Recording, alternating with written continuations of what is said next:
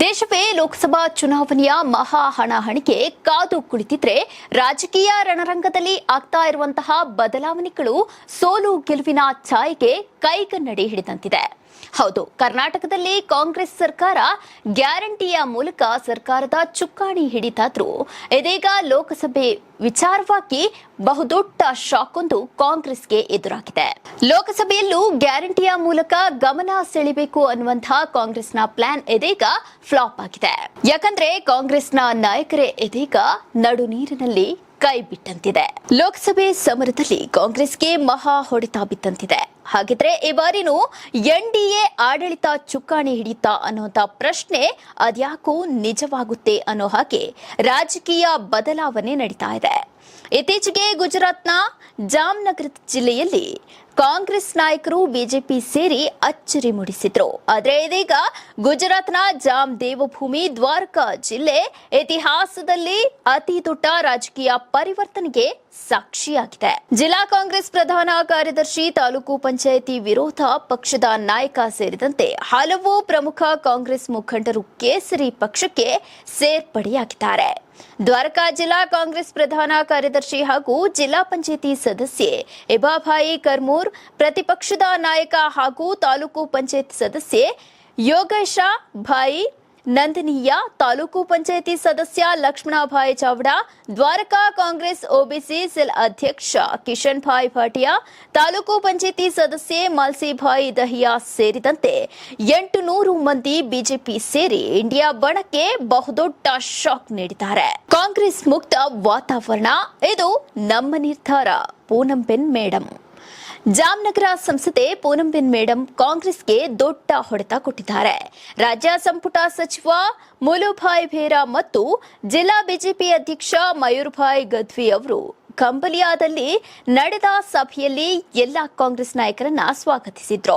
ಇದೇ ವೇಳೆ ಪೂನಂಬೆನ್ ಮೇಡಂ ಮಾತನಾಡಿ, ದೇಶದಂತೆ ಜಾಮ್ನಗರ ಲೋಕಸಭಾ ಕ್ಷೇತ್ರದಲ್ಲೂ ಕಾಂಗ್ರೆಸ್ ಮುಕ್ತ ವಾತಾವರಣ ನಿರ್ಮಾಣವಾಗಿದೆ. ಭಾರತದ ಜನತೆ ಕೂಡ ದೇಶವನ್ನ ಕಾಂಗ್ರೆಸ್ನಿಂದ ಮುಕ್ತಗೊಳಿಸಲು ನಿರ್ಧರಿಸಿದ್ದಾರೆ ಎಂದು ಹೇಳಿದ್ರು.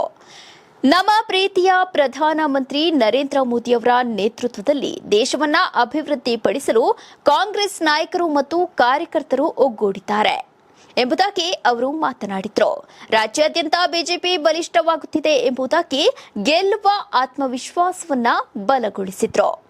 ಪ್ರಧಾನಿ ನರೇಂದ್ರ ಮೋದಿಯವರ ಅಭಿವೃದ್ಧಿ ಚಿಂತನೆ ಹಾಗೂ ಪೂನಂಬೆನ್ ಮೇಡಂ ಅವರ ಕಾರ್ಯವೈಖರಿಯಿಂದಾಗಿ ದೇವಭೂಮಿ ದ್ವಾರಕಾ ಜಿಲ್ಲೆಯಲ್ಲಿ ಕಾಂಗ್ರೆಸ್ ಪಕ್ಷಕ್ಕೆ ಅತಿದೊಡ್ಡ ಹಿನ್ನಡೆಯಾಗಿದೆ.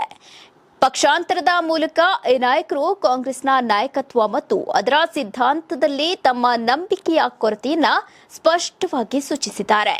ಹಲವು ಕಾಂಗ್ರೆಸ್ ಸದಸ್ಯರ ಪಕ್ಷಾಂತರದಿಂದಾಗಿ ದ್ವಾರಕಾ ಜಿಲ್ಲೆಯಲ್ಲಿ ಕಾಂಗ್ರೆಸ್ ಬಹುತೇಕ ಅಸ್ತಿತ್ವವನ್ನು ಕಳೆದುಕೊಂಡಿದೆ.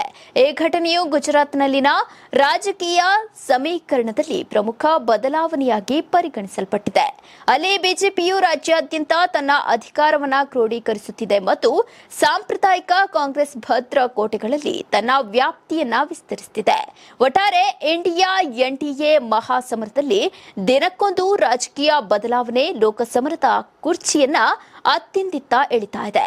ಗೆಲುವ್ಯಾರು ಎನ್ನುವ ಪ್ರಶ್ನೆಗೆ ಲೋಕಸಭಾ ಸಮರದ ಅಂತ್ಯದವರೆಗೂ ಕಾದು ನೋಡಬೇಕಿದೆ.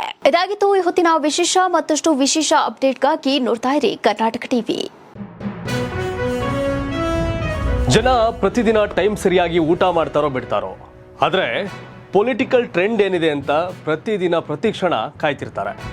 ಕರ್ನಾಟಕದ ಅಖಾಡದಲ್ಲಿ ಯಾವ ಅಭ್ಯರ್ಥಿ ಅಬ್ಬರಿಸಿದ್ರು ಮತ್ಯಾವ ಅಭ್ಯರ್ಥಿ ತತ್ತರಿಸಿದ್ರು ಅಂತ ನೋಡೋಕೆ ಕಾತರದಿಂದ ಕಾಯ್ತಿರ್ತಾರೆ. 28 ಕ್ಷೇತ್ರಗಳ ಪ್ರತಿದಿನದ ಪಬ್ಲಿಕ್ ಪಲ್ಸ್ ಏನು, ಪ್ರಚಾರದಲ್ಲಿ ಯಾರ ಮುಂದೆ ಯಾರ ಹಿಂದೆ ಎಲ್ಲ ಮಾಹಿತಿಯನ್ನ ನಾವು ಕೊಡ್ತೇವೆ.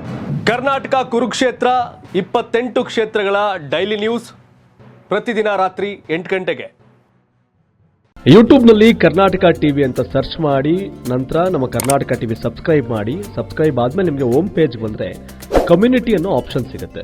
ಈ ಕಮ್ಯುನಿಟಿ ಆಪ್ಷನ್ ಕ್ಲಿಕ್ ಮಾಡಿದ್ರೆ ನಿಮ್ಮ ಕೆಳಗಡೆ 28 ಲೋಕಸಭಾ ಕ್ಷೇತ್ರಗಳ ಒಂದು ಪೋಲ್ ಕ್ರಿಯೇಟ್ ಮಾಡಲಾಗಿದೆ. ನೀವು ಹೋಗಿ 28 ಕ್ಷೇತ್ರಗಳಲ್ಲಿ ಯಾರು ಗೆಲ್ತಾರೆ, ಯಾರು ಗೆಲ್ಲಬೇಕು, ನಿಮ್ಮ ಸಪೋರ್ಟ್ ಯಾರಿಗೆ ಅಂತ ಅಲ್ಲಿ ನೀವು ಕ್ಲಿಕ್ ಮಾಡ್ಬೋದು, ಅಂದರೆ ವೋಟ್ ಮಾಡ್ಬೋದು.